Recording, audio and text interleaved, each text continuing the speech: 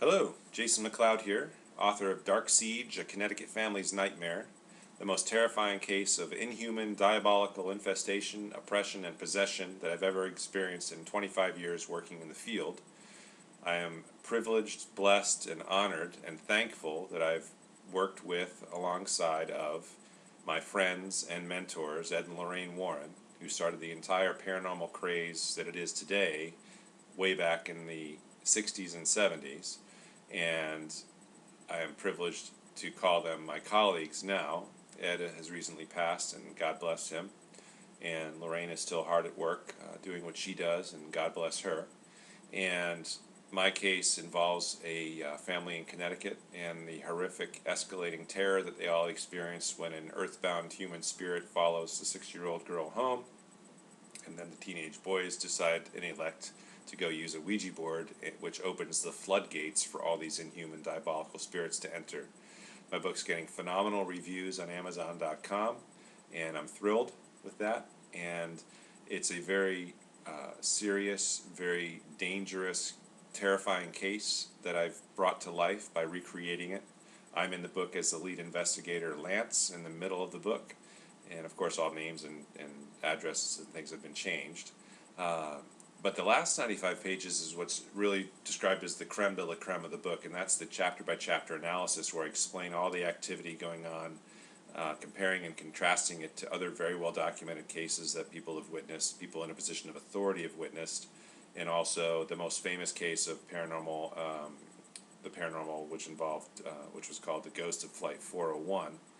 And I cross-reference Dr. Raymond Moody's work, Life After Life, which is an in-depth study about near-death experiencers, which proves that there's absolutely nothing to fear leaving the body, that we maintain full conscious awareness when we leave our bodies behind. We can see and think and hear and reason just like we can inside the body, that we are eternal, immortal, infinite fields of conscious awareness, temporarily animating a vehicle or a spacesuit to experience this dimension, and it is really nothing more.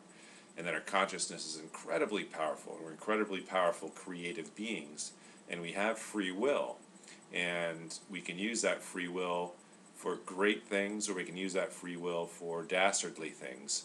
And just like when we're in our bodies, we maintain the same personality, whether it's nasty or nice, outside of the body. So you can deal with some really unenlightened, unevolved beings in spirit form, and who were once human, but you can also deal with inhuman, diabolical forces who have never walked this earth in human form, who have powers beyond your understanding.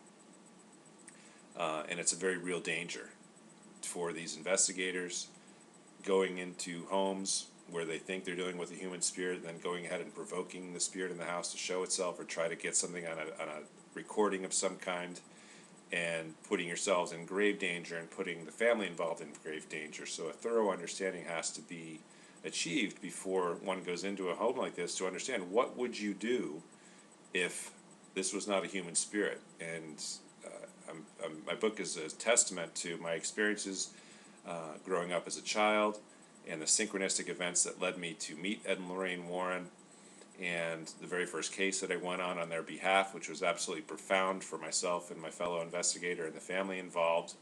And then the subsequent cases where I really started to develop an empathy. I started to pick up emotions to the point where I'd just cry my eyes out instantly, and pick up emotions and pick up feelings and messages that these consciousnesses were trying to relay. These are people just like you or I who've left our bodies. So when you go into somebody's home, a spirit might be dwelling there who used to call that place their home, and you're interfering in their life, and you want to get a picture or an EVP recording or something. And the same care and respect and compassion needs to be shown to these ghosts or these spirits as we would to a living person. So I talk about Dr.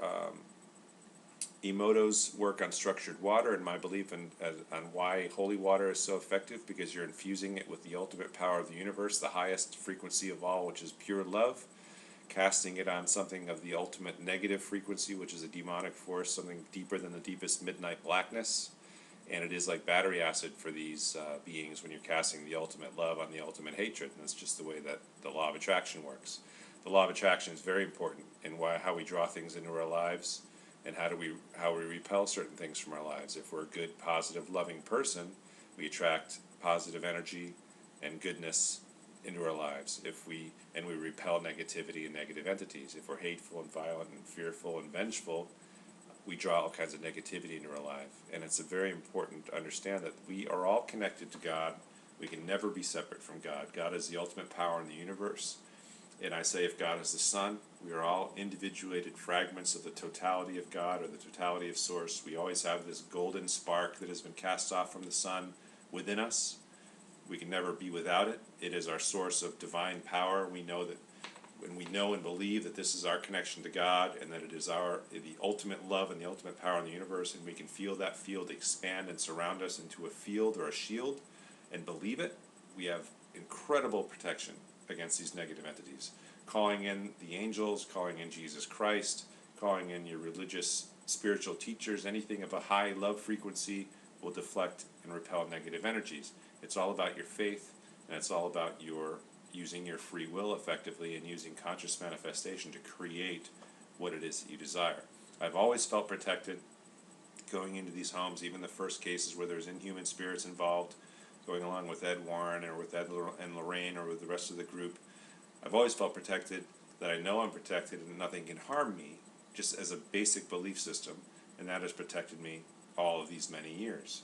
So please check out my book, darksiege.com, Dark Siege, A Connecticut Family's Nightmare, and it's available at darksiege.com and on amazon.com in Kindle and paperback formats, and at Barnes & Noble in Nook and paperback formats. Thank you.